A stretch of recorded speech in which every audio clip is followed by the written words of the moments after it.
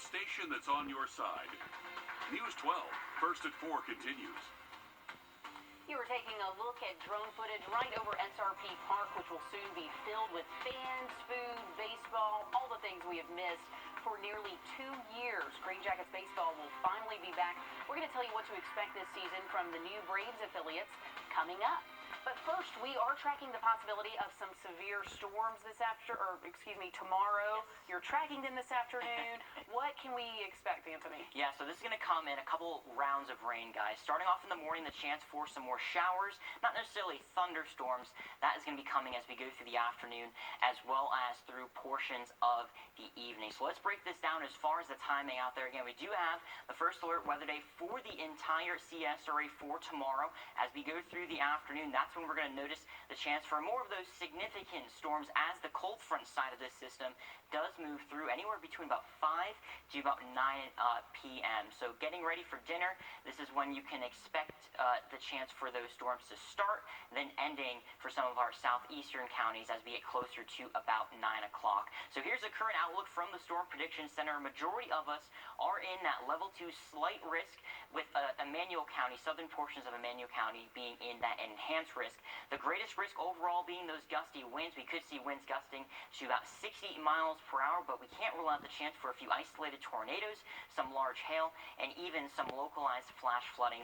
All of this rain that we're going to receive is going to come in a 24-hour period. We could be talking anywhere from about 1 to 2, possibly even 3 inches of rain in a few of our isolated, communities out there. Here's a look at the southeast, where we do have some rain just off to our west. That is going to be the system that moves into our area as we go through the day tomorrow. Much more on the forecast coming up in just a few minutes. Guys, back to you.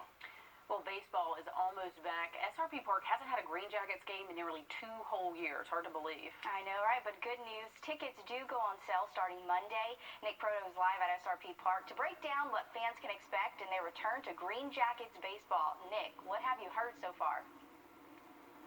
Well, it's been 594 days since fans lined up at these gates for a Green Jackets game, but that wait is almost finally over. Pretty soon, they'll be lining up here at the box office because opening day is Tuesday, May 4th, and tickets go on sale this Monday. Now, General Manager Brandon Green tells me this year is going to be very fluid. He says as COVID protocols change statewide, the team will make adjustments as well. Right now, South Carolina capacity limits are 50%, so that means the team can sell about 3,000 tickets. Masks are required for fans, and they'll open up more gates so everyone isn't filing through the main gate. Green says this stadium has been home to more than 150 events since the last Green Jackets game, and there will be a lot of emotions on opening night. We have a lot of season ticket holders that are, they live and die for the summer at SRP Park. And I'm sure when they get back in their seat and they kind of take it all in to realize that, the summer's beginning again and they can spend their whole summer here, I think it might tear up. And Green tells me that this is going to be the second biggest day in Green Jackets history, behind only the first ever game here at SRP Park back in 2018. And the fans seem to agree. Coming up on News 12 at 6 o'clock, we'll talk to some folks who can't wait to get back in these seats. Guys. Big news and a long time coming. We are so excited to see baseball back. Nick, thank you. Okay, take a look at your screen here. This man is wanted for questioning about an aggravated assault. That assault happened yesterday on Fox Trace in Augusta. Officials say he hangs out around the Smart Grocery Store on Wrightsboro Road. So if you know anything, call the Richmond County Sheriff's Office. A heads up if you live in Edgefield County. DHEC officials say they have found a rabid skunk. So far, they know of one pet who has been exposed. They found the skunk near Bartley Road between Strong Lane and Highway 25. They say if your pet was exposed or has marks that you don't know where they came from, to contact them. Well, first at 4, University Hospital is planning to open a post-COVID treatment clinic. Doctors there say it's to treat the many patients who are dealing with symptoms even months after fighting the virus. University says one of their doctors is now seeing 2 to 3 patients a week with post-COVID issues. These people range from ages 20 to over 80 years old. Dr. Darshot Korea says even some previously asymptomatic patients now need treatment. Chances are, if you had COVID, there was some subtle attack to the heart, whether that translated into symptoms. The younger patients may have had maybe milder disease and may have been at home, but are now coming back with some of these problems. University says the post-COVID clinic will feature 5 different doctors of several disciplines who will collaborate on ways to best treat these issues. We spoke with a man who is fighting COVID 6 months after his first hospital stay on News 12 at 6 o'clock. If you're still looking to get your vaccine, and that might be enough evidence to send you in, there are a couple of clinics coming up tomorrow. You can go to the Julian Smith Casino to get a shot. That's open from 9 until 2 o'clock. You do not need an appointment. On Monday, AU is hosting a clinic at Diamond Lakes Park. That clinic starts at 2:30. And we have the link to sign up posted on our website. Just search vaccine. As more of us get the vaccine, the question is, how do we return to normal, and what does normal even look like now? Things like vaccine passports and even digital vaccine credentials have been tossed around. Julian Angeline dives deeper into the possibilities. 2 shots in the arm done. Texan Rex Hollingsworth says he can't wait to get back to live concerts and hockey games, and he'll show whatever proof he needs to get there. I don't care who knows I have the vaccine. It's a matter of, I just want to see the show. I want to get back to my life. Tech giant IBM is working with more than 300 other public and private organizations to develop and test digital vaccine credentials, what they're calling smart health cards. It's a way to show you've been vaccinated or tested by showing a simple QR code living on your phone. IBM has already rolled out a digital health pass in New York. Here's how it works. You download the app on your phone. The testing or vaccination site sends you a secured credential via an encrypted QR code. You then download it to your digital wallets. Anyone without a smartphone can print out the code. The coalition of companies called the Vaccine Credential Initiative is billing the digital health cards as a better alternative to carrying around your personal documents. IBM's Jason Kelly tells me the app only provides your COVID status. In a way that does not share anything else about me, doesn't record any of my additional data, doesn't keep it all in a central database. But digital rights group Electronic Frontier Foundation is concerned. Requiring health credentials are an invasion of privacy, infringes on individual freedoms, and creates further digital inequities. And we think that is a big step towards a surveillance system that we should not want. White House officials say the federal government won't make COVID credentials mandatory. It's up to the states right now. In Washington, I'm Jillian Angeline. Governor Kemp says he has no plans to put vaccine passports into place in Georgia. It is spring, and that means it's time for some home projects, both inside and out. And today there's an expo over the James Brown Arena with everything you need to get your home and garden just the way you want it. That's right. Our first alert chief meteorologist Riley Helen. South Carolina unemployment officials say thousands are at risk of losing their benefits. They say federal documents are required if you filed your claim before January 21st or if you got a payment after December 27th. The due date to submit the documents are May 5th. If you don't, you'll lose your benefits and you'll have to pay back every payment you got since December 27th. South Carolina taking some steps to fight the opioid crisis. Both the State House and Senate unanimously passed a bill requiring doctors to offer a co-prescription of naloxone to at-risk patients. But there are requirements to get the prescription. Those patients will get the offer. Patients prescribed an opioid equal to 50 milligrams of morphine if they take an opioid or a drug in the same class as Xanax, or if the patient has a history of overdose or substance abuse. Officials say this measure will keep struggling patients safe. There's a lot of stigma behind it because people believe that that's encouraging use or helping them to continue use. That's just not true. It's helping them continue living. And you cannot recover if you're not alive. Doctors are also required to educate their patients on what the medicine is and how to use it. Here at home, the Columbia County Sheriff's Office is hosting its drug take-back event. That's tomorrow. You can drop off old or unused medications from 10 until 2 o'clock. It's a better option than just flushing them because those chemicals do end up in our water system. There's going to be 2 locations, Kroger's in Grovetown or on Lewiston Road, and the Columbia County Sheriff's Office substation.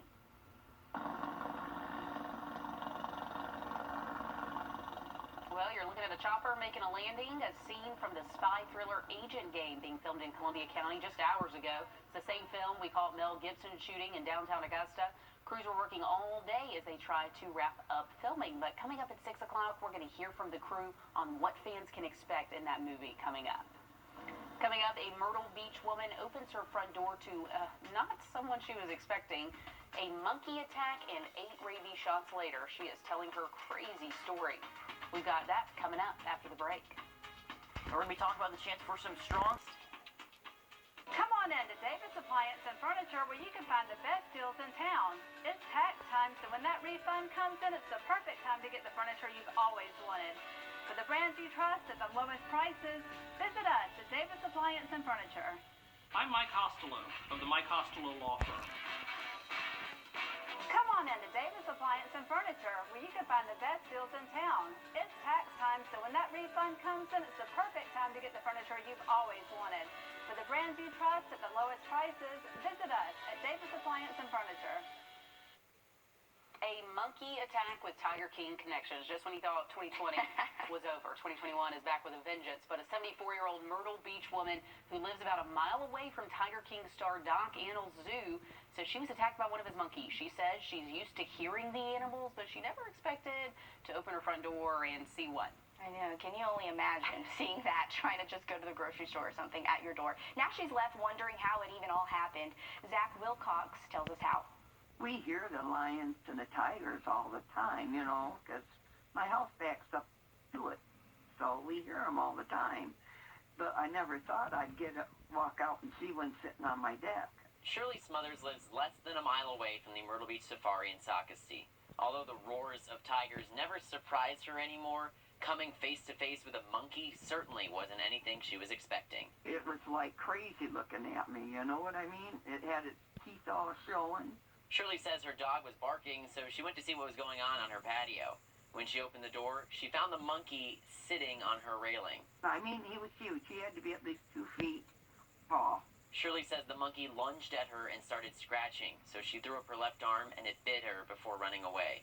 She was taken to the hospital where they had to treat her for rabies. Someone's going to have to pay these hospital bills. I can't afford them. Apparently, from what the hospital's telling me, these rabies shots are very, very expensive. I reached out to Myrtle Beach Safari Director Dr. Bhagavan Antle to see if he'd heard about the incident. We are not aware of any primates that left our property. We have them here. We have them out with us all the time, as we have for the last 30 years that we've been here in Myrtle Beach. And we know of no primate that left our facility yesterday in any capacity. Antle says he did hear about the incident and wishes the best for Shirley. He also says all of his animals are vaccinated annually for rabies. Shirley had to have 8 rabies shots and will need to go back for 3 more shots, but at least she was able to keep one member of her household safe. If I hadn't have been out on my porch, it would have got my dog. Oh, that's pretty wild. And an incident report does say the monkey did belong to the safari and it has been returned to its cage. So Doc was wrong. There's evidence, but geez, glad she's okay though, and she lived through it. Yeah. Can you imagine? Yeah, and having to get rabies shots, like, man, that's not a good way to start your week. Yeah. Okay, taking a look outside, we are keeping an eye on Zax sauce or new spicy Zax sauce, only at Zaxby's. fresh biscuits, just like Mama used to make. That is what these 2 Georgia sisters wanted so badly, but they just couldn't get the recipe right, couldn't find the magic. But once they finally got the recipe right, even legendary cook Paula Deen had to come get a taste. Now they're selling biscuits to raise money for Alzheimer's. Bobby Poitevent takes us to the kitchen. Recently, cooking legend Paula Deen was in Albany, and while she was in town, she surprised 2 old family friends, sisters Molly Strickland and Jody Peacock, and gave recognition to their efforts in recreating a legend of their own, their mom's biscuits. We would all sit around and she'd make her biscuits after church for us to have hot and fresh for lunch. We still have her biscuit bowl. That's what we make them out of, her biscuit bowl and her biscuit cutter and her fork. Now, last November is when the sisters started trying to replicate their mom's famous biscuit, but even with all the right ingredients, they still couldn't whip up Mom's magic until one day their brother said, "Yep, this is Mom's biscuits." It was a big moment. It was. But they're not doing this just for themselves. They're currently selling frozen batches through things like bake sales and giving the proceeds to the Margaret Jo Hogg Alzheimer's Outreach Center in Albany. Wanting a way to give back to the center, and spread awareness of Alzheimer's. The center has a special place in their hearts and their moms. Their mom, Sandra Wright, battled dementia for years and passed away around Thanksgiving last year. But before she left the family, these two sisters had a tearful message they wanted their mom to hear. All standing around holding her hands, and I told her, I said, we're going to make your biscuits. And anyway, we know she hurt. She probably squeezed her hand. Yeah. As she opened her eyes. Yeah. She did. And that's how it all began. But what makes this biscuit different from others? The touch. Yeah. It's mom's touch. The two sisters are hoping to build a business based around the famous recipe and maybe even sell more of mom's cooking so they can let Southwest Georgia and the world know all about their mom and her classic Southern favorites. And man, biscuits with a great cause and great memories behind it. You know, food brings people together. You know, it really does. And now all you want to do is try this biscuit. I know. I really do want to try Made it. with love, you can tell. Do y'all have any, like, secret family recipes?